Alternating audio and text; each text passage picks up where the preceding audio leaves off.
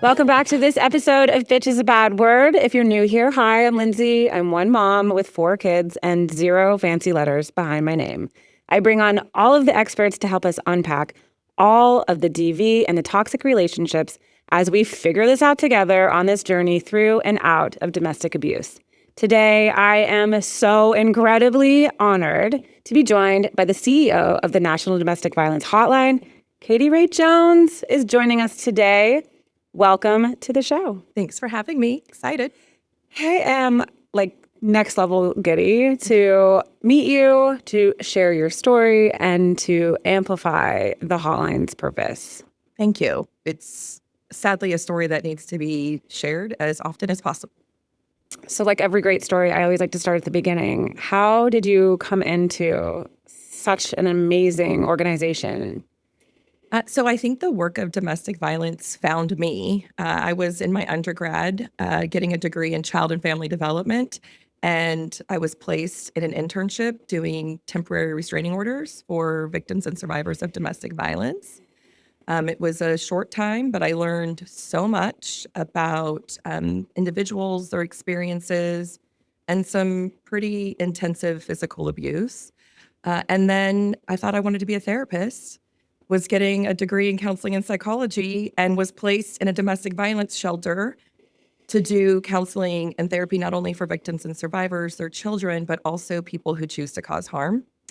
And I felt like this is a calling for me. Maybe God wanted me to do domestic violence work, and ended up working in a very large community-based organization, providing services to kids who had substance abuse issues. These were pretty intense kids. Many of them were gang affiliated, and many of them came from homes where there was domestic violence. And that thread was just there again. Over my career, I've done a lot of domestic violence training, being the recipient of training. And through all of those experiences is how I identified that I myself had experienced domestic violence as a teen. And never had the vernacular. Mm-hmm. I think I always thought domestic violence looked a certain way, and that had to be a black eye, a cut lip, and knowing how power could show up in relationships. I think that's why I was on this path and found really my passion through that. And I can't imagine doing anything else but domestic violence work now. I somehow landed in Texas. I was in California. Oh, I saw you went to USD. I did, yes. I went to USD. That's where I got my master's in nonprofit management and leadership. And my husband and I had our first son. And he said, let's look for a more affordable place to live. San Diego's a little expensive. And floated my resume and landed here. And the hotline was actually in my portfolio as a funder. And through working with them, they said, we have this incredible opportunity. We think you'd be amazing. And now I've been here 17 years.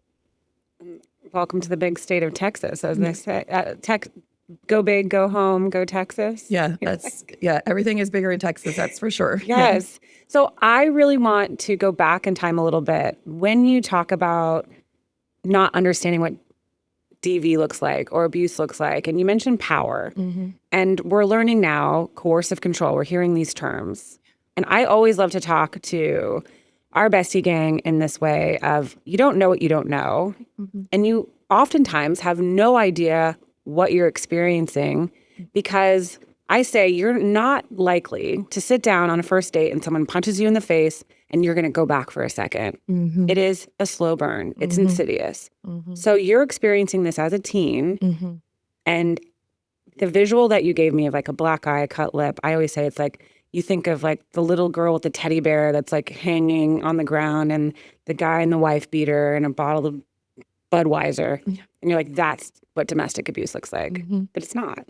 No. And I think during that time, things that had shaped my vision of what domestic violence looked like was the movie The Burning Bed, which was very violent domestic violence movie. And then I had images of Nicole Brown Simpson, 1994. And what was shown on the TV, for me, that was synonymous with domestic violence, and that's what it looks like. I think as a teen, much like you said, Lindsay, like there was not this big abusive incident that happened. And I had dialogue in my head that it's not okay for a person to put their hands on you. Yeah. Come from a home with parents who met in the 8th grade, fell in love in freshman year of high school, still married today happily. I didn't witness violence.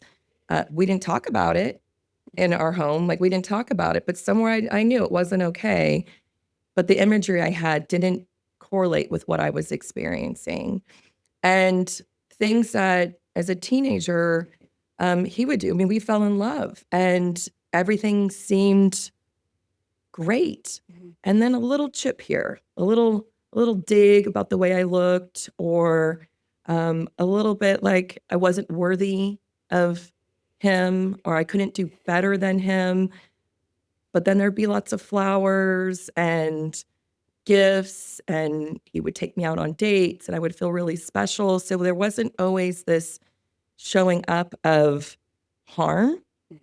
I would see glimpses of the person I fell in love with. I would see a lot of those glimpses, actually. And then, we're probably 3-4 years into the relationship, and he slams me against a wall. He shoots me with a BB gun and laughs it off that it was just a joke.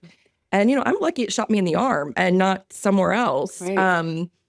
A lot of isolation in the relationship where it felt like my world had to revolve around him. And I was young too, and didn't just really have anyone around me who maybe saw it. Now, my mom would tell you today, she said to me recently, because I didn't actually remember the BB gun thing happening. My mom said to me not too long ago, maybe 6 months ago, I felt like something was wrong when he shot you with the BB gun. And I was like, oh my gosh, I completely forgot that happened.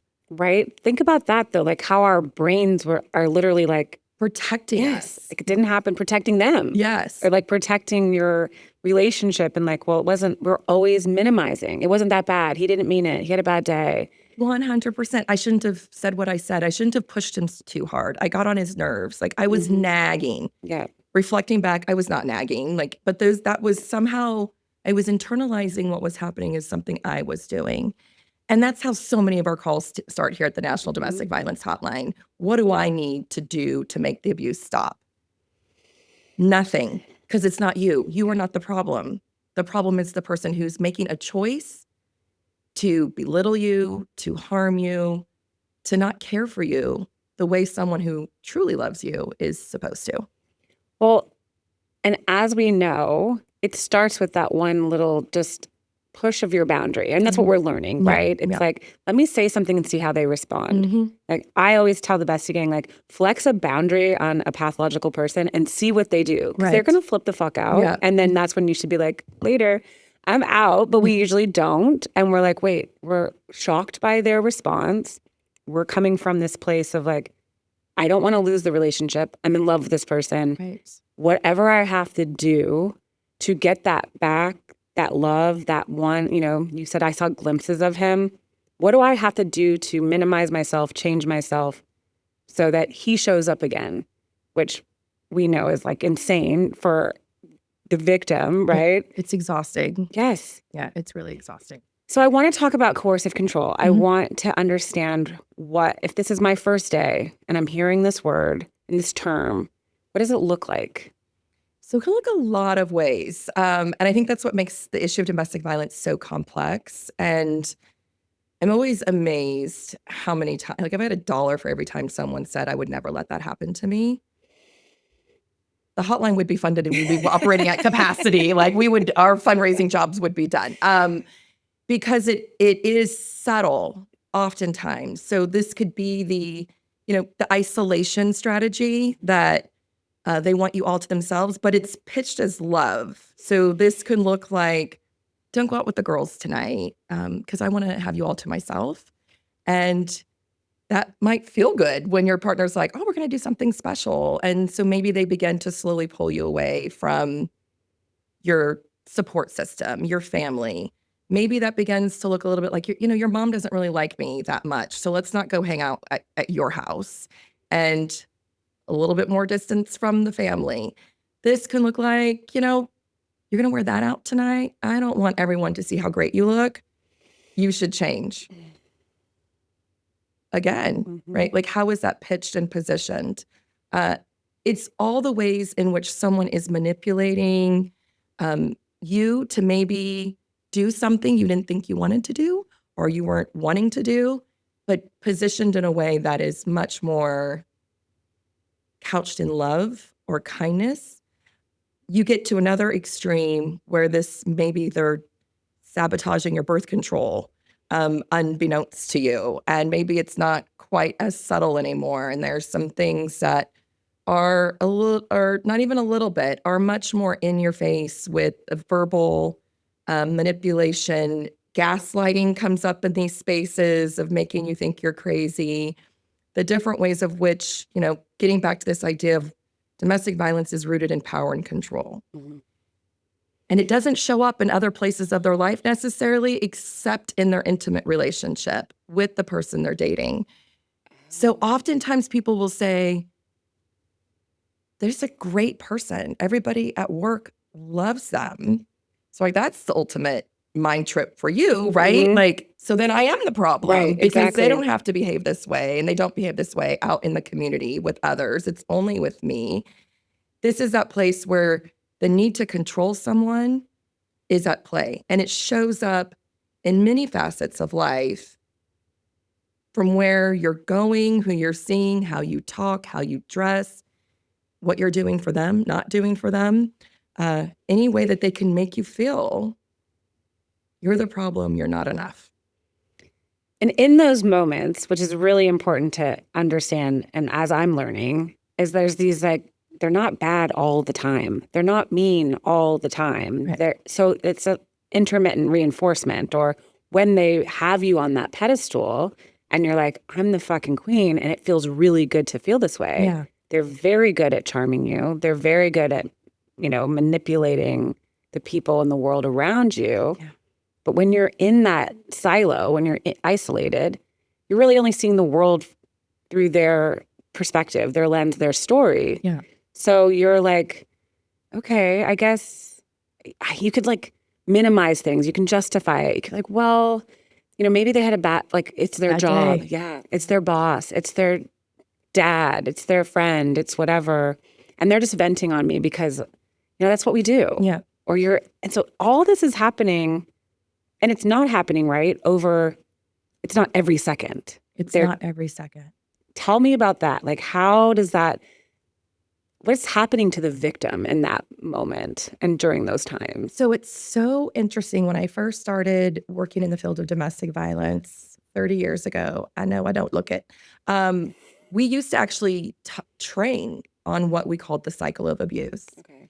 And in that modality, we're not using it anymore, and I'll tell you why here in a second. There was the honeymoon phase of the relationship, and then there was the phase where you began to walk on eggshells. You could feel something was changing, happening, and then there was the explosive incident, and then we'd get back to the honeymoon phase. And we talked about these phases, and in some ways that still really resonates with me, but also it's not that predictable. And so that's why we really moved away from it. Because if I tell you there's a cycle, you're like, well, I'm going to know when it's happening and I can protect myself. It's not that predictable. So we don't talk about it in those terms anymore. We really move away from that, but try to talk about this piece of they're not this person all the time. That's part of the strategy. I mean, there's actually on the power and control wheel something called Dr. Jekyll, Mr. Hyde, that you see two different people at times. But when the abuse is there, does not feel good, and it's harmful, and it takes away everything you think you know about who you are, who you wanted to be, who you could be, because of that love that exists in the relationship. And I don't want to minimize the love that is present in these relationships. It is what keeps us there. Sadly, at times people will say to me on an airplane, at a party, what do I do for a living? And they're like, so is it like just a portion of women who like it? Absolutely freaking not. Yeah. Nobody likes this. Yeah. There's this dynamic around the power that's at play. Also makes it really hard for you to leave. And on average, someone leaves an abusive relationship back and forth 7 times before they leave for good. I did it. It wasn't 7, but it was 3 or 4 where we broke up. I was devastated, heartbroken. And people hearing that could be like, you should have been dancing for joy. Yeah. I wasn't. I went into a deep depression one time when we broke up.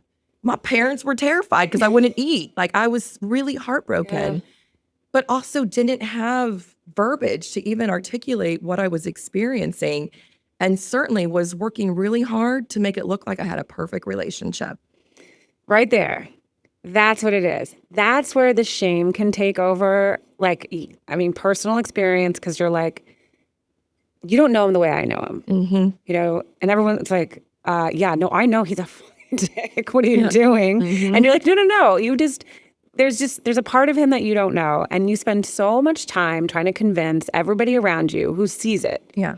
Or may not right away. But I mean, you know, and most of my situations and people I talk to, they're like, everyone around me was like, what the actual are you doing? Yeah, right. And then you're like, no, you don't know what he's like. Yeah. And they're like, I don't want to know what he's like. Yeah. But you spend a lot of time convincing people. You spend a lot of time convincing yourself too. Like, I minimized so much stuff. I knew it didn't feel good, but the power that they had long before the money part and long before anybody else, children or anything was in play, it was like, there's something that I want from this relationship. I don't know what it is. Something that I haven't fixed, and I say my home life growing up was so hectic, so chaotic. There was a lot of shit. And so their chaos felt very familiar to me. And I'm like, you feel like home. You're like a dumpster fire on a train wreck. Like, and that sounds really good to me. So let's do this. But the confusion and the chaos being familiar also allows a lot of shit to happen that you aren't really sort of paying attention to. Like, if you line it all up, you're like, this is all really bad. I think when you're out of it and you line it up, you're like, this is all really bad. Yeah. I think at times it can be really hard to see it when you're in it. And I think you've really pinpointed for you what that thing was, right? That familiarity. And I've heard that oftentimes, you know, the difference, right? I didn't grow up in a chaotic home. Right. Many things about what I experienced was not what I knew. And yet for me, I could say in high school, it was a thing to have a boyfriend. It was a thing to, like, we had the same friends. It was going to disrupt my social circle if we're not together. What if they choose him over me? And I believed that because he was chipping away at everything who I thought I was. And mind you, I was a cheerleader. I was school president, and I had amazing grades. Like, these were all, so I was painting this picture like my life is perfect. And when I went back to my class reunion, there were many of my friends, guy friends, who said, I am so glad you didn't end up with him. And I was like, oh my gosh, like, why do you say that? I didn't like the way he talked to you. Things that they picked up. And I was like, gosh, I wonder if someone would have said back to me, like back then, said to me, particularly a guy would have said to me, I don't like the way he talks to you. I didn't like when he said that to you. I mean, there was someone who remembered something very specific, that he had commented on my nose and that I had a large nose in front of a group of people. And he said, I remember seeing you heartbroken. Oh my God. When he said that. And he said, I remember you flushed and you turned really red and you put your head down and no one said anything. And he remembered that like 10 years later after it had happened. A hotline didn't exist when I was in high school. I don't know that I would have called it. Again, I didn't have words. But as, you know, we talk to victims and survivors, we often hear when they've done the work, they can find the thing. What was that relationship giving me? Or what did I not know? You said it very beautifully in the beginning. We don't know what we don't know. And I think that's the work we're doing. That's the reason why you're sitting here today with me, is no one deserves that. No. Everyone should be in a relationship that is rooted in dignity and respect. You feel physically and emotionally safe.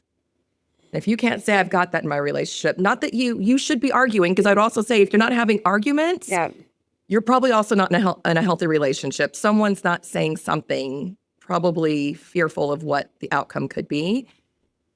But you should feel dignity and respect in your relationship. And you should be able to say what you want to say and not be worried about repercussions. I'm going back to that time where you're standing in a group with a bunch of high schoolers, right? Like, it would be so hard for any high schooler back then. Maybe now we're hopefully have more people that are standing up, being advocates, saying like shutting it down. Yeah. But you would have most likely gone back to your boyfriend and he would be like, oh, he's just jealous. Oh, he likes you. Oh, they're so good at using, like taking the bad thing and flipping it and weaponizing it. So when we hear these things, I want to understand, like in that power dynamic, you also hear these terms like word salad and, like mind fuckery, like they seem to be able to like wormhole into your brain. Yeah. Why? How? What is? How? So I encourage your viewers and listeners to Google the power and control wheel. Okay. So on that wheel, there's strategies, tactics that people who cause harm use. And I remember sitting in a support group for victims and survivors, and I mean, like, is there like a textbook? Yes, I say it all the time. I'm like, what's the dirty mag they're all passing around with all this? Where's the textbook? Yes. Because while the specifics of it might look a little different, the roots of the strategies are very similar that are being used. And so like there's this shift we're trying to do even around jealousy, right? Like I remember growing up and jealousy was a sign someone liked you. Yep. I think that's still very prevalent today. And in our conversations with young people, a lot around jealousy and how someone they're interested in or maybe having a relationship with reacts to them talking to someone else is a sign that they love me. Like that's a sign because they care so much. They're a protector. They want me all to themselves. That's a dynamic we need to change, right? Jealousy is a very natural emotion. Absolutely. What you do with it is what makes it problematic. And I think that's the spaces where advocates, educators, using your spaces where you're traveling to really reach people to say, that's an unhealthy response. Let's envision a world that's different than that. Because you're right, that's exactly what would have happened if I would have said something like, Matt said to me he was really glad because he didn't like what you said to me. He would have said, oh, it's because he wants to date you.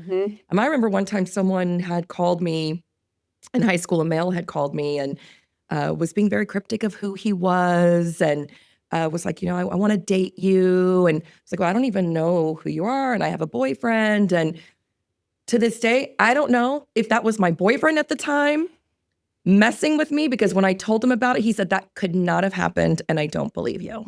Oh, yes, it was. That's just the games, right? Yes. The games. And today we hear a lot around partners creating fake social media profiles to see if you'll engage with them or accusing you of cheating.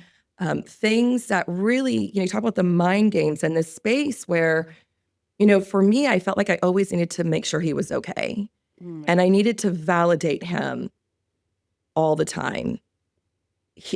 Looking back, I was like, there's no way this guy thought I was cheating or to find out he was the one that cheated. I was just about to say, they're really good at projecting. Yes. You're like, hold on, they're just blasting everything on the wall. Yeah. Yes, I'm cheating. Yes, it's all the things. Hindsight's 2020, Yes. like reflecting back. But there was always this space where I felt like I had to be the best girlfriend possible to minimize disruptions in the relationship. And I think that's the mind game that starts to happen internally, because I remember working hard to see the person I fell in love with. And if I work hard, I'm going to see that person. No matter how hard I worked, I wasn't going to see that person. It's a negative sum game. Yeah, it's a negative sum game. Absolutely. Hey, baddie. We are building the biggest, baddest bestie gang, and it's popping off on Patreon. Visit patreon.com/bitch is a bad word.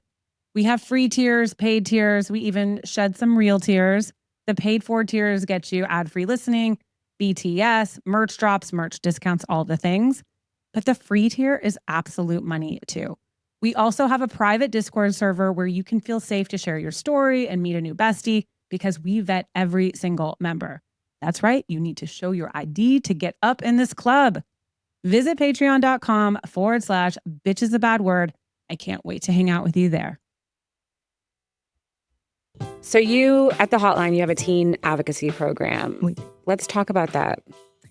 So we started Love is Respect, the National Teen Dating Abuse Helpline. They were synonymous with each other because we like to go big in Texas, so we create really big names that are complicated. So we've separated them now a little bit. Love is Respect is our advocacy education program. We work with college campuses, we work with young people, we have a National Youth Council to train on healthy relationships. Because what we found back in 2009, people couldn't tell you what a healthy relationship looked like.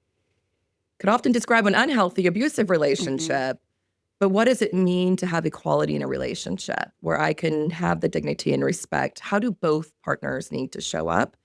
That's really the goal of Love is Respect. And then we operate the National Teen Dating Abuse Helpline as our phone, chat, and text services as a confidential place where people can check things out. And Lindsay, this runs a spectrum of things from my boyfriend didn't talk to me at school today, what should I do? To I was pistol whipped, knocked unconscious in a very violent relationship. I need a safety plan. So there's a spectrum of places where people are seeking some intervention guidance. And I love the National Teen Dating Abuse Helpline. It launched before I was here at the organization.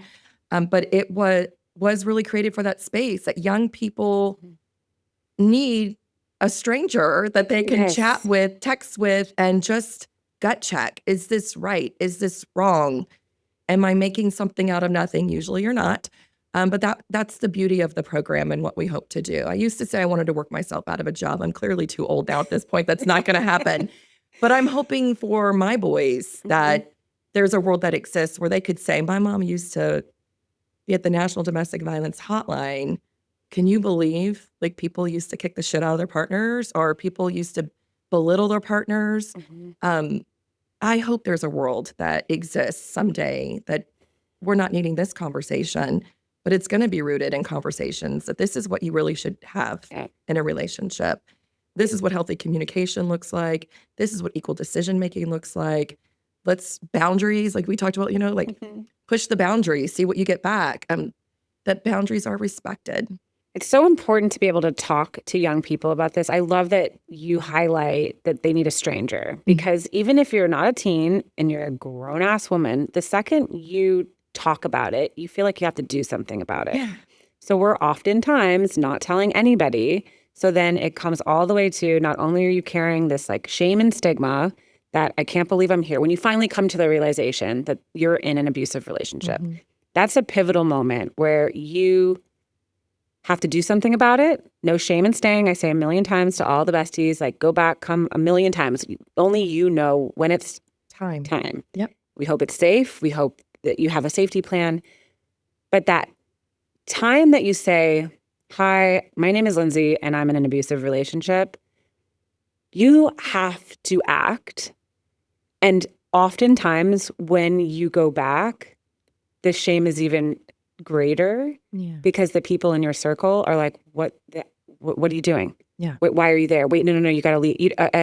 And they're just they're left with not knowing what to do. You've got negative advocates who are like, it's not my son. It's not my kid. You've got the flying monkeys who are like, everything you do, you've gone right back and reported. So having a safe place where it's a stranger, where you can just like unload, drop everything you need off is so valuable, like invaluable. Today I was sitting and there was a chat message happening. And I just, my mind is still like downloading all of this. I'm sure. Yes. By the way, but I'm like, okay, so in this moment she's chatting.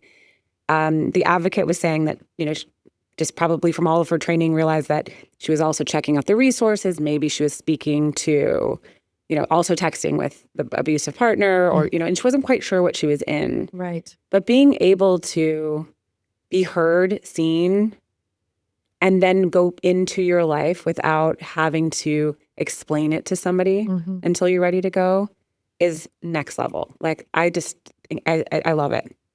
The hotline is a really special place. Like, I'll probably start crying right now thinking about it. Because of that. I mean, this is someone telling an absolute stranger the most intimate personal details of their life. And often for the first time, not hearing what you should do, need to do. and feeling really safe to do that. And we work really hard to train our advocates to remain non-judgmental, to validate the experience and educate on what's going on, and then develop the safety plan. It's a space of growth for America, is how do you prepare your friends so you can feel the same thing and it doesn't have to be a stranger. And we mess up even as advocates. So I a few years ago, I was assaulted on an airplane by a stranger, put me in a headlock, forcibly kissed me, and no one on the plane did anything. Oh my God. And I tell this story only because people will say, well, you're the CEO of the National Domestic Violence Hotline. You clearly handed his ass to him. I didn't. I froze. I'm a survivor of childhood sexual assault. I was 4-year-old Katie in an instant, and I needed someone to help me. Nobody said a thing. I got off the plane. People approached me and said, are you okay? I can't believe what I just saw. I can't believe he kissed you. And I said, I'm fine. I'm fine. I'm fine. I'm fine. I'm fine. I'm fine. Until 2 weeks later, I was not fine. Yeah. I fell apart. And I started talking to some of my network who was in this space. And some of them said to me, well, did you call the flight attendant? Did you ask someone to switch seats with you? And I immediately in my head went, oh my gosh, why did you not think of these things? And I'm blaming myself in that moment until I went, hold on. Right. This is not my fault.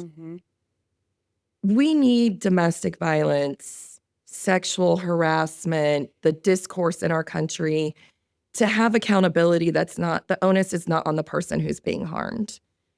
I needed someone in that space to say, ding, calling a flight attendant. Right. Do you want me to switch seats with you? None of that happened. And I think many times people feel ill-equipped. What do I do? What do I say? They think they're helping when they say, you need to get out of that relationship. If I were you, oh God, I would, so that when you're not making the choice that they would make, you feel like you can come back to that person again. It was really hard for me. And then these are folks who've been in this space many, many years, and that filter dropped. And they immediately started to tell me what I should have done.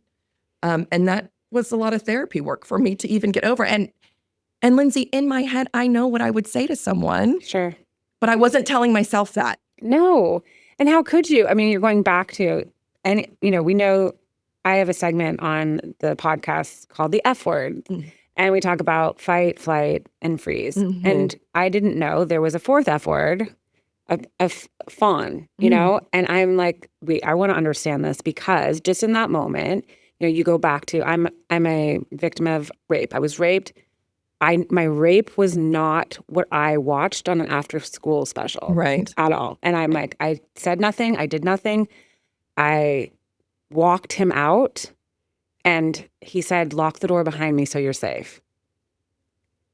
Like, he was Such the mixed messages. Yeah. I was sleeping on a couch. We had drinks. We were in high school. He was a college kid. He was like, I kind of knew him. So then when he came in, it wasn't like, somebody didn't break into my house and do this. It was like in a shared setting. Yeah. But I remember being like, I walked him out. I gave him a kiss. Yeah. Like, he kissed me, and I didn't push him away. And then I locked the door so I would be safe. All normal behaviors after someone has been sexually assaulted as well. Like, I think that's the other piece, right? Like, nobody talks about what actually happens after a sexual assault and how people might react, right? We have a board member who says this beautiful thing, like, let's normalize the conversation, not the behaviors. I love that. Because we don't talk about this, right? And when it is talked about, because it gets on court TV, and someone's blaming the victim on the stand and trying to get the person off, and then we hear that and we're like, well, that's not going to be a safe place. Yeah.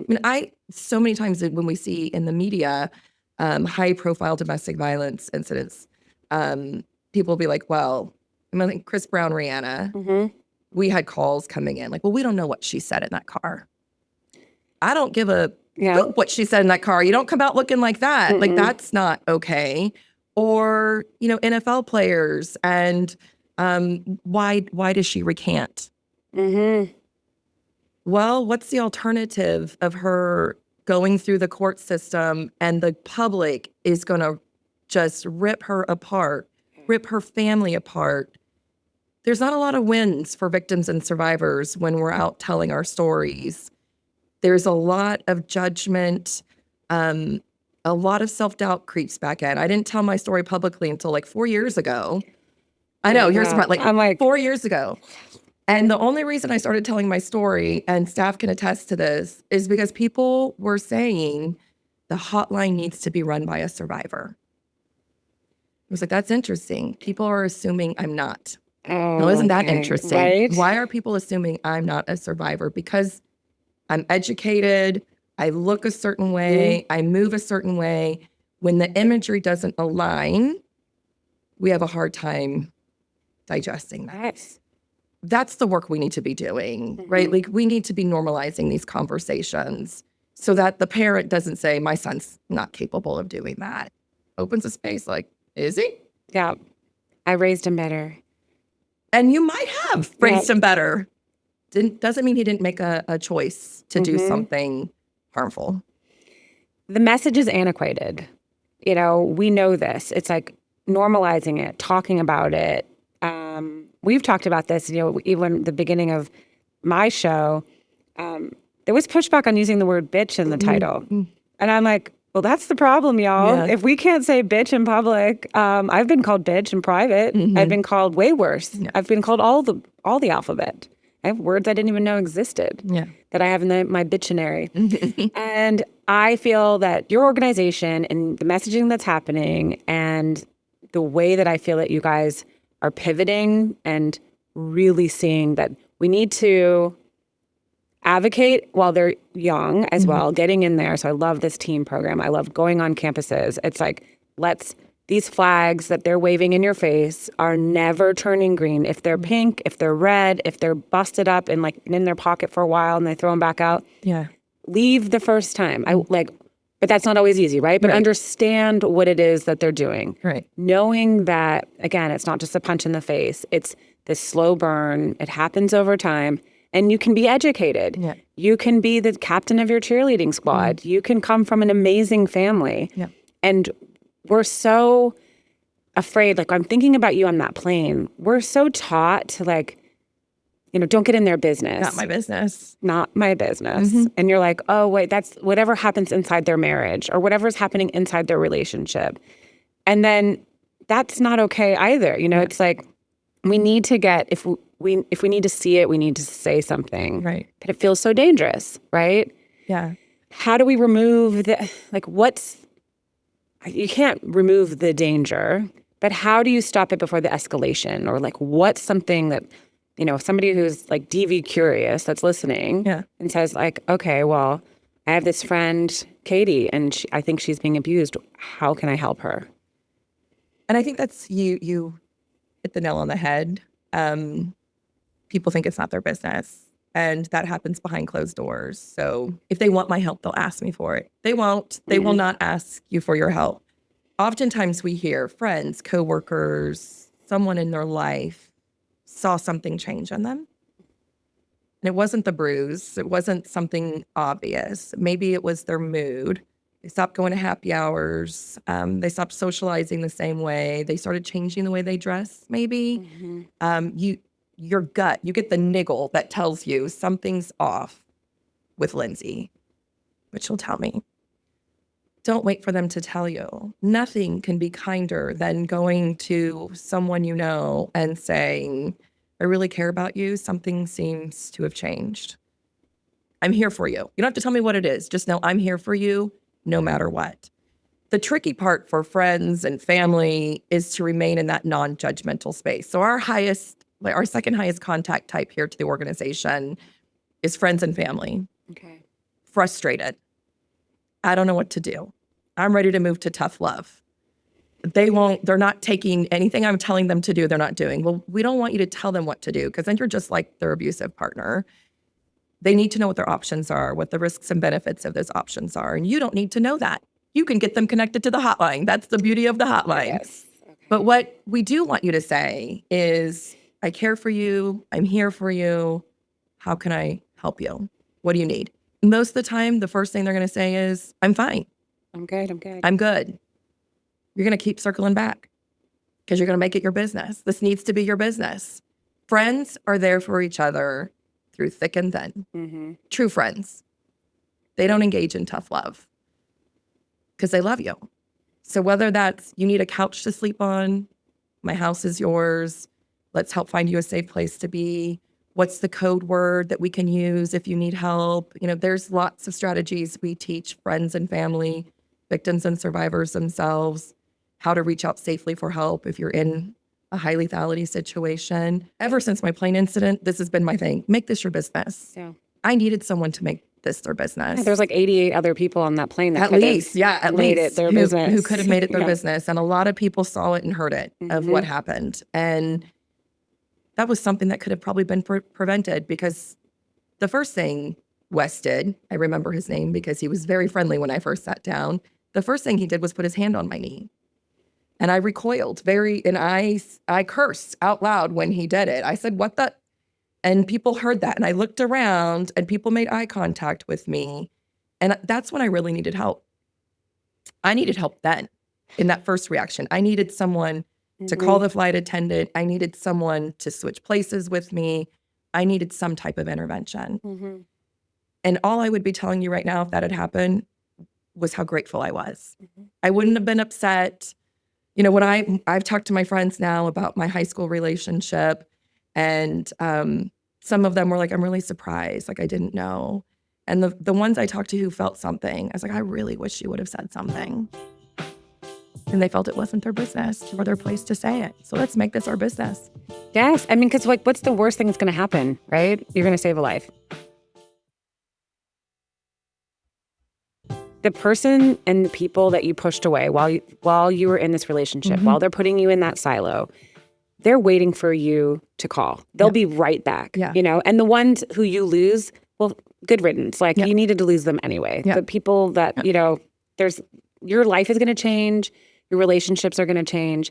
But your core, the people are waiting for you to call, and there is no judgment. They're going to be like, "Hey, what do you need? I got you." Right. So what are some real, like, actionable things when I phone you and say, "I'm in a really bad place.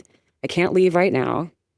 You know, maybe you're a stay-at-home mom. Maybe you don't have access to the finances. Because I want to touch on those. But the real, DV really is. What's an actionable thing I could do for a bestie? First, I would say, tell me what's going on. Right. So I want to, like any friend, you want to open the story. You want to know what your friend is experiencing, because there's many ways domestic violence shows up that is not physical. And you just mentioned a few of those, like the financial abuse, which is in 98% of relationships where there's domestic violence. Not the presenting thing someone calls with to the hotline is not the financial abuse. When we begin to ask questions and we understand what's getting in the way of maybe leaving the relationship, finances then comes up. So you want to know, what is your friend experiencing? How is this showing up? Visit thehotline.org and educate yourself on our website of all the ways that abuse can be showing up in a relationship, aside from, I think, the more obvious ones we all know about, which is the verbal, sexual, physical abuse. Get educated so you know how to support them. Get them connected to the hotline. Again, like, you don't have to be a domestic violence advocate. You do not have to create the safety plan. You can get them connected to the National Domestic Violence Hotline. They can communicate via chat, text, or phone. You can sit there with them while they do it, as you're learning too. The other thing that I would say in that space is that first outreach. I come to you and I'm like, "Lindsay, I'm concerned, to care about you. Something seems off." Like, "No, everything's fine, Katie." You might push me away because you're not ready to talk about it, or you're still protecting the relationship. We protect those relationships, and not saying it's right, but it's what happens. We protect the relationship. And don't take, like, my advice would be, when you push me away, I'm going to lean in a little bit more, because I don't know why you're pushing me away, right? You might have went and told your partner because it's validating, right? Like, nothing was more validating than someone else knowing what was happening. For me to go to my partner and say, "Hey, Katie said something to me, like she's concerned about our relationship." So he's going to try to keep you away from me now, right? Like, that's going to happen. So that's why you might be pushing me away. It's probably not related to the fact that you cared.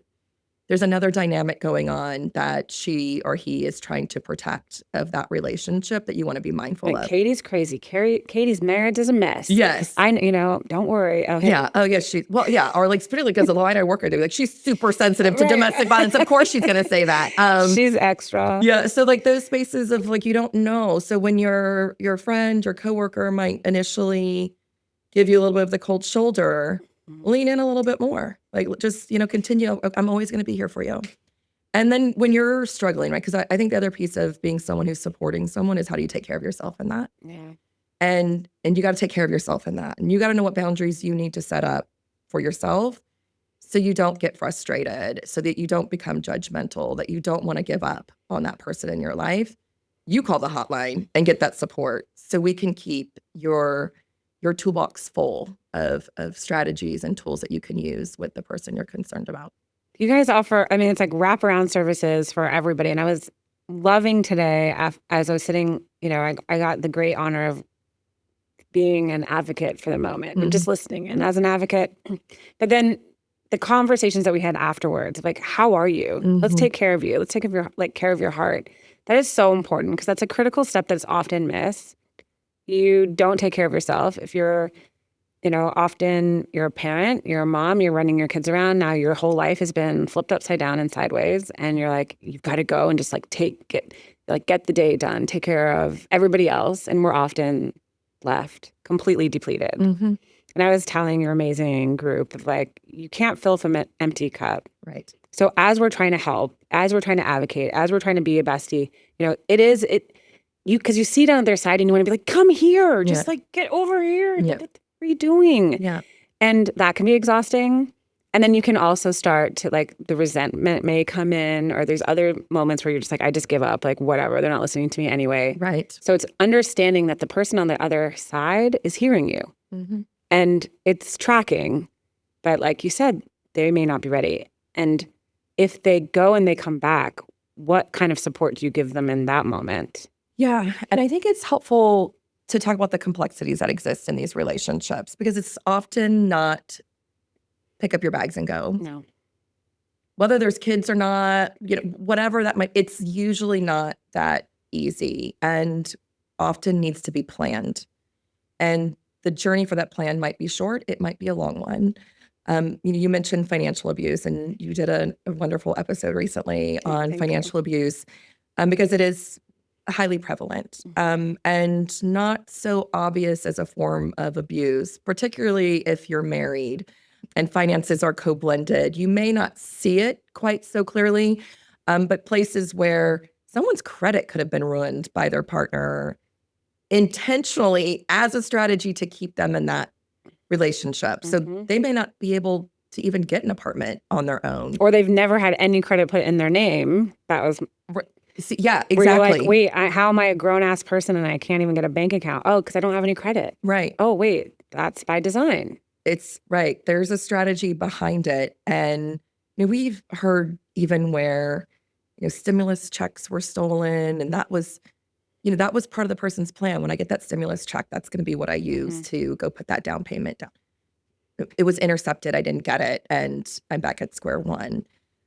Kids are number one reason why people stay, number one reason why they leave. It is hard in those relationships to figure out when's that right time for kids.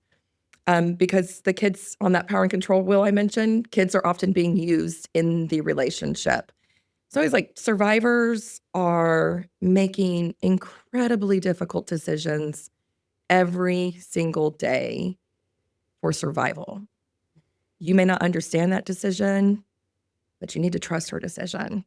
So when she's still there or he's still there, there's a reason most often they're still there. You don't have to co-sign on it, but work to try to understand it. It's hard to be in these relationships where you never know what you're going to get when you walk home, when they come home, a phone call, a text message. What if I don't respond to that text message fast enough? Then what's going to happen? There's a lot of stress. And so in that conversation around working with someone to support them, trust their instincts. They know their abusive partner better than anyone. you want to ask them, do you think he'll hurt you? Do you think she'll hurt you? Are there weapons in the home? Like, these are things nobody wants to have that conversation, but you want to have that conversation with someone who you're feeling like something's off in that relationship, for sure. And that's the place where you need to keep your cup full, because you're going to be in this for the long haul. This is not I'm concerned about you, Lindsay. Okay, let's go get my stuff. It's probably not going to happen. I mean, it could, but it's not usually quite that quick. It's a process. And I'll just speak from my own experience. When I didn't understand what was going on. And I didn't have anyone in my network helping me understand what was going on until I was in my 20s. And then I was like, holy shit, that happened. Thank you for saying a cuss word on my show, because it's like really kind of a thing I like to happen. Oh, yes. There you go. I'm like, my team might be like, yes. Oh, God, she just cussed. I actually curse quite a bit, actually. I try to maintain it. But yes, I do curse quite a bit. I love it. No, because it really, that's when we talk about it, it's like, how do we have this conversation? Because I don't buy the stats so they have to, I mean, like, what are the DV stats? Because when people are like, I didn't know, I don't know anybody. Yes, you do. It's impossible to be moving about this world and not know someone. 1 in 4 women, 1 in 7 men, and that's just physical violence, right? Okay. So that's people who are reporting a partner physically harmed them. That's not picking up the verbal abuse, the tech facilitated abuse that we know now exists. It's not capturing those pieces. Someone in your life is absolutely a victim survivor. There's a really good chance someone in your life is probably suffering in silence, and being aware of those subtle changes you might see in someone. And domestic violence does not discriminate. It doesn't pick certain geographic regions, socioeconomic levels, education levels, races. It transcends every single identity. And what we do know is that communities that are on the margins, people of color, experience domestic violence at higher lethality rates than white people. And we want to be attuned to that and like what's happening in communities. And resources look very different for them. That is so true.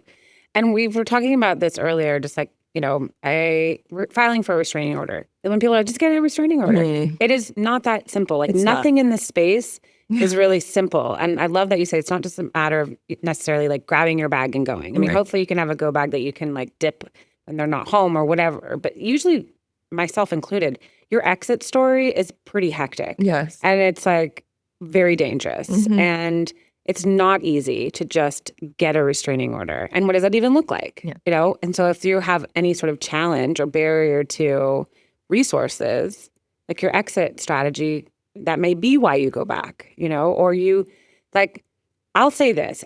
I came from a very affluent neighborhood. We were extraordinarily wealthy. I hadn't told anybody about it. And I'm like driving around in my Range Rover with my Cartier bracelets. And I'm like, as if I can go to a shelter.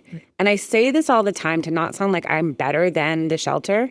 But in my mind, I absolutely needed that shelter, right? But in my mind, I'm like, I have resources. That is for someone who doesn't. And I can't take that from them. I didn't have resources because it was Locked up with them, second I left, I was destitute, literally destitute. I always shout out to The Real. I sold all my shit on The Real, and my family helped me out. But I went from like this to this, really, it was like a free fall. Yeah. So I can't imagine the experience of someone who's already here. Like, where do you go? Well, and the reality is oftentimes shelters are full. So, I mean, that's the other piece many people don't realize. Domestic violence, the services themselves have been under-resourced since the beginning of time. Okay. And more people need them than capacity exists. So even here at the hotline, we get, 2,800, 3,000 contacts a day. That's a lot of people reaching out for help a day. We are often telling people the shelter's full. We're going to call 3-4 shelters to try to find you a spot. Wait lists for counseling can be 3-4 months, 6 months. You need a legal advocate, which is our second highest requested services, is legal. Can you afford an attorney? I mean, there's a wait list for pro bono legal services. Like, if you're a lawyer listening, Like, please become a pro bono legal attorney Right. because that's a huge service that victims and survivors need. And getting a restraining order isn't. When I worked in the restraining order clinic as a very young person, many of them were denied. I was terrified for their safety. It's not a slam dunk. You fill out that paperwork and you're going to get it granted.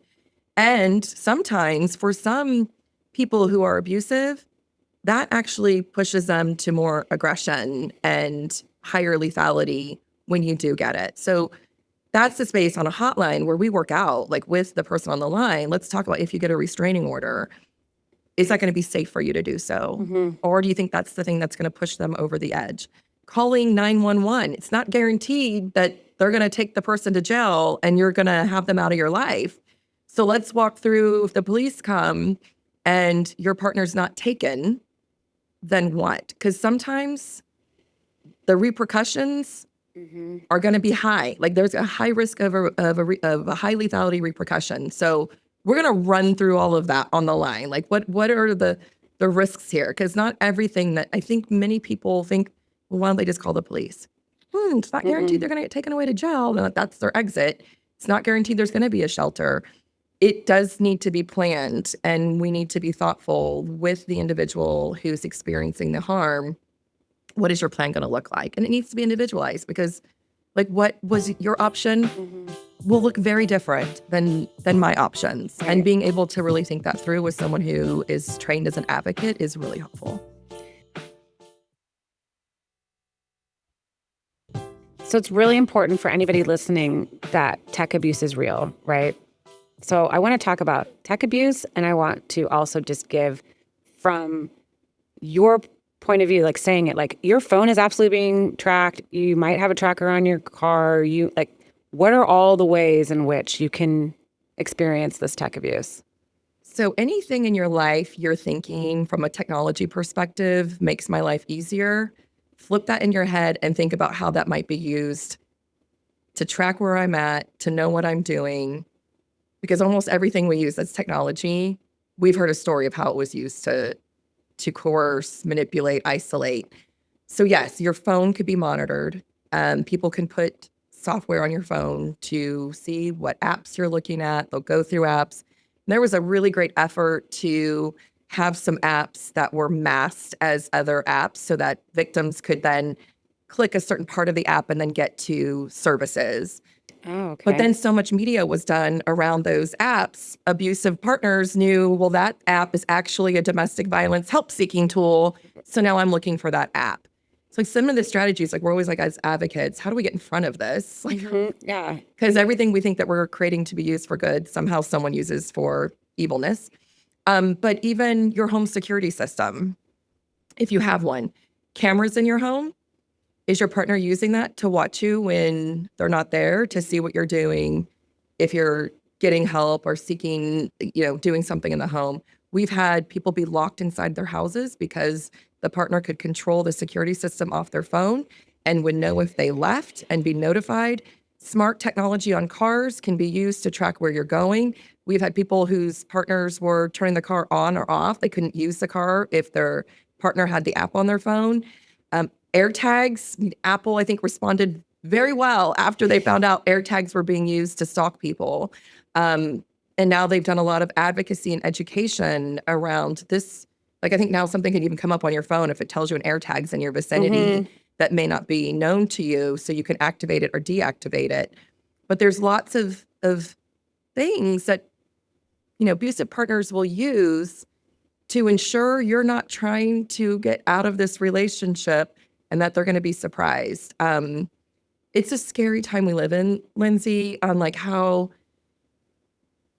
it's like I always just think like if someone who was an abusive partner would use all this for good, our world could be a really amazing place. Really amazing place. But yeah, social media, don't give your passwords out if you can. Life 360. Oh my God. Life 360. Like, yes. And just now all these are coming to my mind, like all the ways that they probably package it all up really nicely. Just going to say like, hey, let's get Life 360 because if you don't come home one night, I'm going to be worried about you and I want to make sure you're okay. But really, I'm monitoring everywhere you're going and what you're doing. I talked about this recently. I walked into my wardrobe and everything hanging in my closet. I had no idea who this woman was.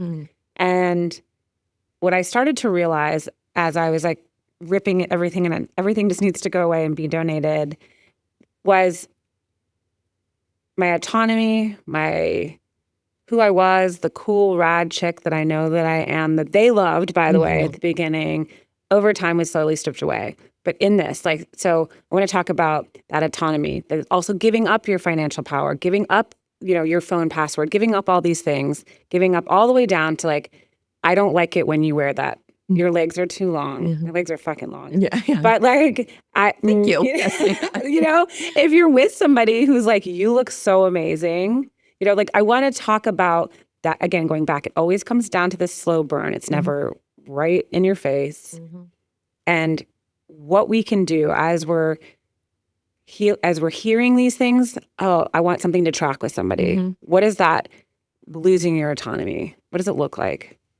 I think that's why it's tricky, because it's not a light switch that just flips. It's slow. It's the slow burn, right? It is I care about your safety, so let's get these apps together. Let's share location. Right? Well, and then if this is early in the relationship and you haven't had other abuse happen, you're like, absolutely makes a lot of sense. Or, if you're in a relationship where, the guy is saying, well, I grew up where like the guy handles all the financial stuff.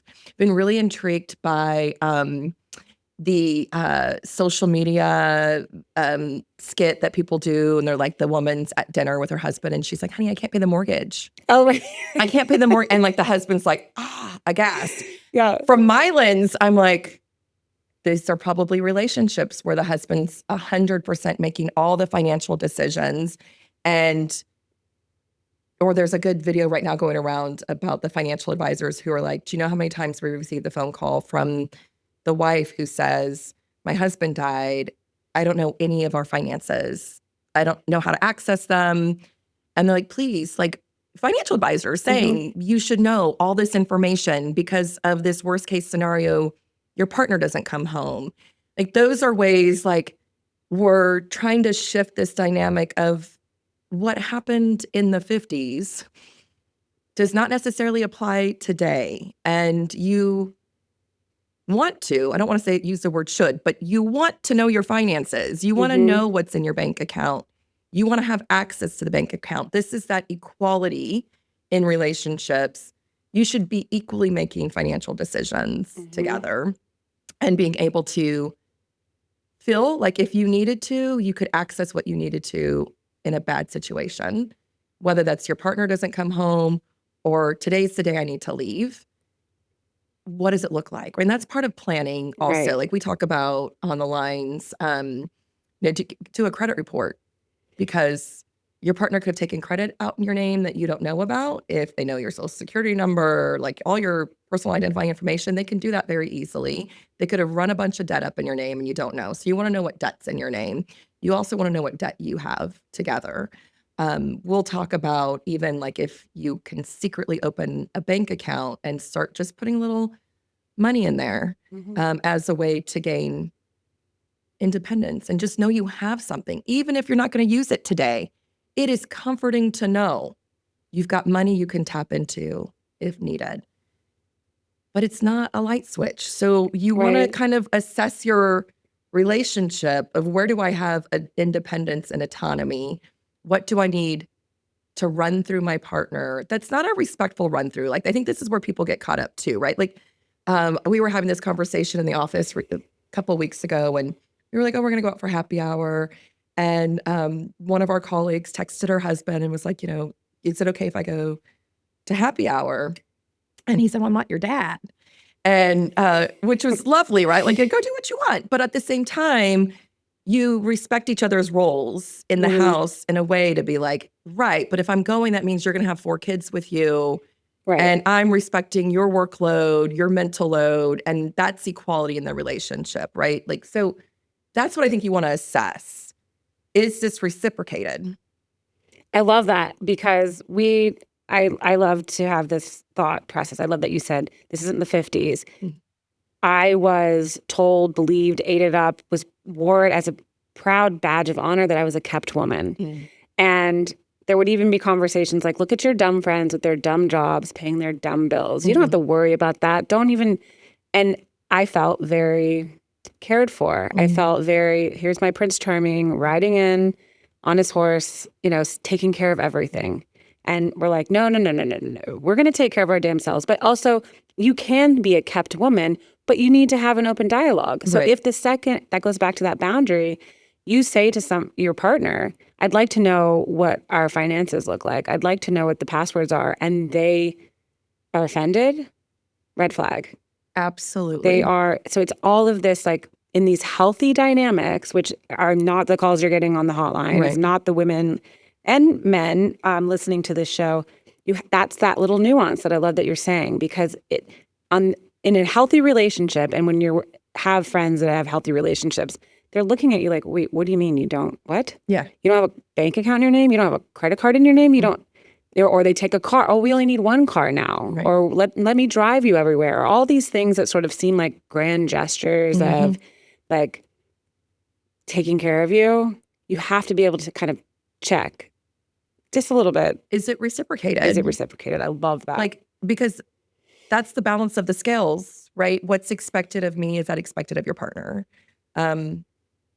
I will always, like my husband, I will be like, hey, this is my plans. Is this okay? Like, he's a stay-at-home dad. So he's carrying a huge mental load at times, juggling 3 kids, sports and all that. Out of respect, I'm checking in with him. Out of respect, he's checking in with me. You want the scales to be balanced. So yes, I mean, and in our house, so I'm the breadwinner in our house. He's dependent on my income, but he has access to all the finances. He knows. Actually, he runs all that. Oh, I just spilled on the white chair. I knew I shouldn't have. You warned us. Whoopsie daisies. I owe someone a new chair. Whoopsie daisies. That's the place where, for us is, if he asks me anything, it's an open book. If I'm wanting to ask him something, it needs to be an open book. That is the balancing of the scales. Are your scales balanced in your relationship? I love it. Okay, so we're going to walk all the way through when you've come to the realization, you're sitting here listening and you're like, I have heard enough. I'm ready to go. What is the first thing that we need to tell our listeners? I think even if you're listening and you're thinking, oh shit, this might be me, visit thehotline.org. Okay. Call the hotline, chat with us, text with us. You most likely will have a wait time, so make sure it's when you've got a little bit of time to possibly be on hold. I apologize for that. It's what keeps me up at night. We just don't have enough people. Begin a plan. Because like we talked about, you don't have to leave today. You don't even have to be saying right now, I'm in a domestic violence relationship. If you have a little niggle, let's check out the niggle. Because this is preventable too. Like, this is an issue that is 100% preventable.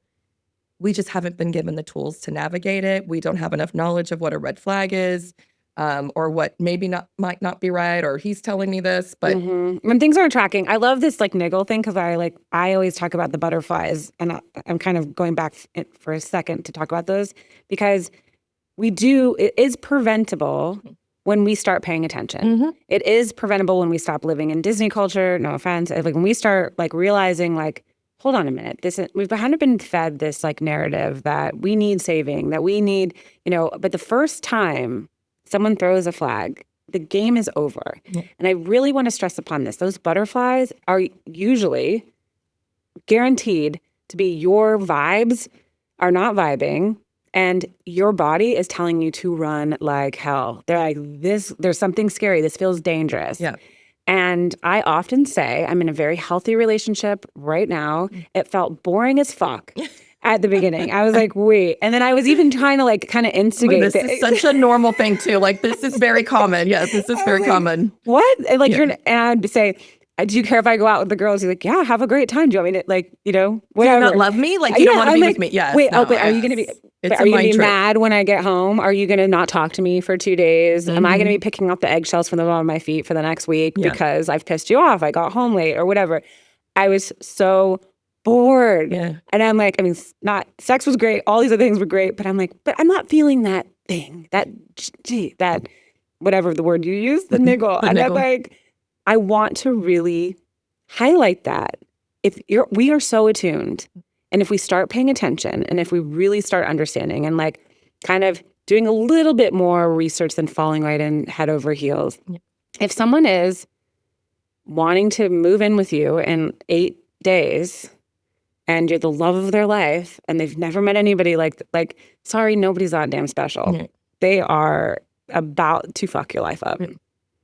Does it exist that people had love at first sight and live happily ever after? Sure, but it's rare. It is very rare. Yeah. That is not the norm. So it's a good lens to be like, maybe that could be me, but it may not be me. So like, you've got to constantly be like, you have to wear the lens of the red flags. And what does this mean? You see a red flag. Let's talk about that, right? Like, so like yours, like can I go out with the girls? Yeah. And like your body's responding of like, there should be a reaction here because that's what you're used to. Like that's your norm, right? But then when you have the conversation and you're like, oh, okay, this is okay. This is okay. You don't get the response you want. You have the red flag. In a healthy relationship, I could say, this response is giving me a little niggle because I want to make sure that I can still have my social life with one with you, one where you're not a part of, because that's a healthy relationship and seeing their response to that. Because that's when you know, right? Like when you begin to have conflict in a relationship, you often begin to see those red flags a little bit more clearly. You don't usually have your conflict in the 8-day window of relationship, right? Like that's, I think, the mind trip we talk about is these relationships start with the sky is bluer, the birds are chirping. Yes. This is love. They don't start with you look like shit today. Like that that's not. Hey, I'll call you in a couple days. You're like, wait, what? Yeah, Why are you waiting 2 days to call me? Like if someone on a first date says you look like shit, we're not going to see each other again, most likely, right? Like, I mean, those are things we know. Like our body's like, absolutely not. There's not going to be any chemistry here. These relationships have chemistry. They've been rooted in love. So when you get those niggles, trust your niggle. I also think as women, we're often taught not to trust our niggles. And be nice. Our judgment. Say yes. Yes. Say yes. Be nice. Smile. I think a lot of great work is being done to get us more confident with our niggles, and to trust ourselves, to question when something else is being thrown our way. That's where I think we need to continue to lean in, and particularly women together, like support your besties, right? Yes. Like you got to support your bestie, whether you like what she's doing or not. Be with her in the journey. Like these are journeys, breaking free from these relationships. And one thing I haven't said yet, but is important to say, leaving the relationship is the most dangerous time. Yes. Thank you for saying that. And lethality increases by 70%, that the person might hurt themselves or hurt you or both. And often when we hear about the murder-suicides, that is when she was trying to leave the relationship. And so you want to be thoughtful and you want to take time to plan and support your bestie in doing that as best as you can. I say even in the healthiest of breakups, you don't really need to have that in person. Yeah. You know, I mean, you need a minute, like you need space and time. So I always tell my listeners, you do not owe it to an abusive person to tell them any of this in person because it's very dangerous. Right. Get to a safe place. Wherever, your safety plan put you into this awesome situation, hopefully, and then you can share. But you telling your partner, even if it's no DV, because there's a lot of stats and things I've heard where people are like, there was no domestic violence until she said she was leaving and he shot her. Yep. So you don't know how people are going to respond when you upend their life. Yeah. It's 100% correct. When I worked in shelter, there were times we would get the phone call and then she would say he just left for work, and we would drive up in our van. We would throw the shit in the back and we would take her to shelter because she knew I could not tell them I'm leaving, or it will get really, really bad. Or they'll convince you to stay, or the sex will be really good one more time, or whatever it is. Like all the things that happen that you're like, well, okay, let's just try. I'm sorry. I'll go to therapy. I'll do all the things. I'll be better. I'm all my life, my job, these are all the reasons. They're really good at manipulating you. Yeah. And they're really good at masturbating you back into with these like shiny things of this future faking. Everything's going to be great. Just give me one more chance. Yeah. That they're never going to change. And if they are going to change, let them change without you. Right. Exactly. I mean, because is change possible? Yes.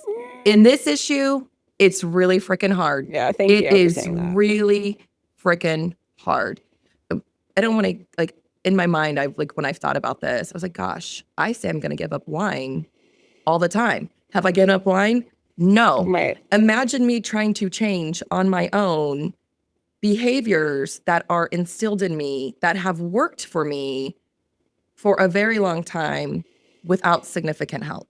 She said it. It would be really, really difficult to do. And it's a long time of work to get that to switch.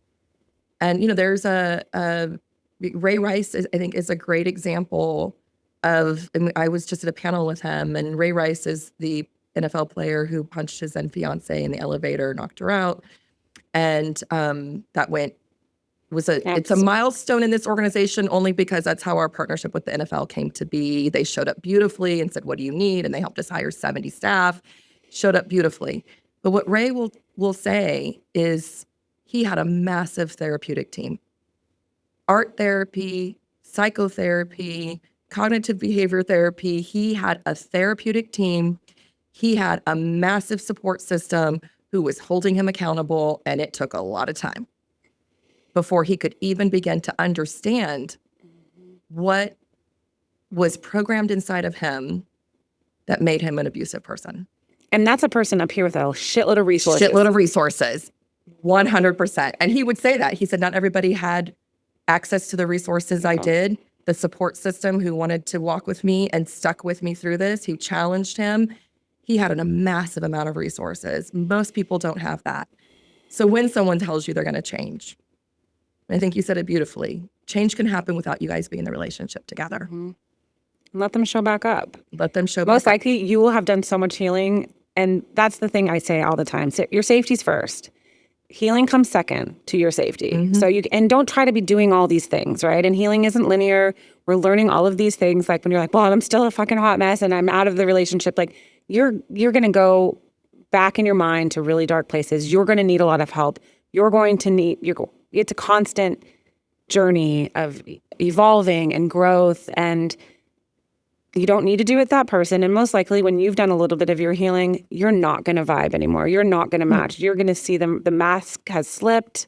You're going to see them for who they are. They're going to be the new Dracula with the rats coming out of their head. And like, you're not like, oh, he's a daddy. No, he's fucking not. He's nasty. And you're going to see that and you're going to feel so good. And then you're going to want to say it loud, right? And I'm always like, I'm the voice for the voiceless. Yeah. I'm saying it loud for the besties in the back. There is no safety in staying silent, in my opinion, but you may not ever be that person who wants to be loud and proud about your healing journey. You don't have to be a survivor. Yeah, you don't have to. You can just go on your day and it's just a Wednesday and you're like, that was a part of my life and I'm leaving it here. Yep. So however you heal, however you grow, it's a personal journey. You and I and this amazing organization are doing something different. And we're chaining like this pain into purpose, and we're being there and being a bestie for those who just don't have that. But again, there is no, if you're like, I never want to talk about this again in my life. Don't have to. We're good. Yeah, you don't have to. And, I think you said it beautifully. Safety first, healing second. Healing is also a journey. And, I've been out of my relationship over 30 years, and there's time I could hear something or like if I see, like I love sunflowers, but that was the flower he always gave me. And every time I see a sunflower, some pieces come back up for me that I just have to kind of mentally check. I know what that is. There it is. And then there's times where I'm really triggered and I'm in a therapy session talking about things that happened over 30 years ago that have resurfaced for me. And that's okay. Like you lived an experience that shaped you. It is not who you are, but it certainly shaped you. I really am grateful to you and to the hotline for all of the work that you're doing, for all of the work that you are building in, like knowing that you have the job that you have, knowing that you are lacking in like if the resources in all the ways and you still keep showing up and reaching out to the younger like demographics, younger generation, because I do believe this is an epidemic. I believe this is an epidemic. Our greatest health crisis. I'm ready to not even use the term domestic violence again. I mean, you might have to change your organization name or something, but like, I'm really wanting it to get to the point where you're like, this is it. Yeah. And it doesn't need to have a fucking hotline. And it doesn't it doesn't need to have underfunding services. And it's like, it's in the back corner of a room. It's out there. We're loud. We're proud. This is who we are. And this is how we help. And we're going to get it done right now. So I thank you a million times over for everything that you're doing, for being a baddie, for being a bestie. And so I have to ask you if you would like to join. I have a little group. Okay. So I obviously, if you're not watching this, I'm wearing my MILF hat, which is, I'm the proud founder of the MILF Mafia. And we are Mothers in Litigation Forever, which that is not your club that I'm asking you to join, but I just want to share that. I do want a hat regardless. Yeah. Oh, well, of course I brought you one. So welcome to the MILF Mafia, Katie Ray Jones. Also, I want to invite you to be a BFF. And in our little organization, there's no dues, there's no fees. I may call on you. I may, just, hey, there's a baddie in the room. Do you want to get together? But we are the bitches fighting for freedom. That is what BFF stands for in Bitchland and what we're doing over here. So would you like to join our club? I'm in. Okay, she's in. I'm in. She's in. That's an easy yes. That's an easy yes. I love that. And I have one more big favor. We are building a bestie toolkit. What is one tool that you would put in our bestie toolkit? As a bestie, and I think we've talked a lot about it today, Lindsay, like, don't give up on someone. Like, that's got to be your toolkit. Like, that's got to be your mantra. Do not give up, because that is an abusive person's dream. To have the victim survivor isolated, no support system. I mean, they work really hard to remove that, to remove your independence, to remove your freedom. Like, they work really hard. So as a bestie, you're in it to win it. Regardless of what's happening in your friend's life, you're going to show up for them. And I think particularly as women, we need that more than ever. We really do. Don't beat down other women. Can we stop that Yeah, shit? like, embrace their decisions. Again, you don't have to understand them, but let's respect them and let's continue to provide options. And as you know this, and I always want to make this one reminder because this is the part that gets people stuck and like staying, is that when your abusive partner is trying, as you're ready to leave, and they're going to be so upset that you're leaving, and they're going to try to get you back. No contact is the best way. If we can go D&E. But remember, the smear campaign against you happened long ago. Yes. So when we say believe her, please believe her. Believe her. The first time. No one wants to make this shit up. Yep. I mean, maybe there's like, whatever. But I'm just I think statistically it's less than 1%. Like, so when people bring that up, like, we don't know that's true. It's like, literally, it's less than 1%. Someone makes up this story. Like, this is not a story. We are carrying so much shame, guilt as part of this. And oftentimes it feels like if we say it, there's going to be a lot of judgment and like negative imagery that our friends are going to have of us, that I was in this relationship. Let's get rid of that now. Like, let's make it a safe place to go and tell someone what you're experiencing and not get the, well, you need to, you should, you gotta. If I were you, let's just lean in and help and give options, and let's talk about the best option for you. I love it. So where can we find you? So we can be found at thehotline.org. You can call us at 1-800-799-SAFE. Those are the best ways. You can chat with us through our website at thehotline.org, or if you have a young person or you're concerned about a young person, I would encourage them to visit loveisrespect.org. Okay. Well, I'm going to say this. I am so incredibly honored and grateful. I am going to call you my bestie for life. Same. And thank you for joining me on this episode of Bitch is a Bad Word. And thank you for having us, being here. You took a lot of your time to sit with advocates, understand the role they have, an appreciation for their impact. Thank you so much for doing that. Not many people make this trip and invest this much time into understanding how we do what we do. So thank you so much. Thank you so much. Let's go. I'm excited. Remember, besties, there is no safety in staying silent. If you are in immediate danger, please use 911, crash on a friend's couch, do whatever you have to do to get safe. The National Domestic Violence Hotline is there for you 24 hours a day, 7 days a week. Their besties have your back. 1-800-799-SAFE. You can find me on Instagram at bitchesabadwordpodcast.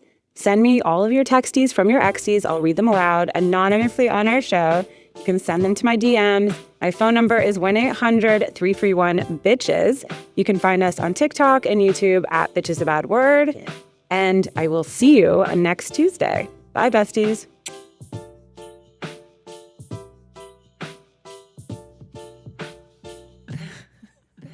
Bitches being bad. Bitches being bad.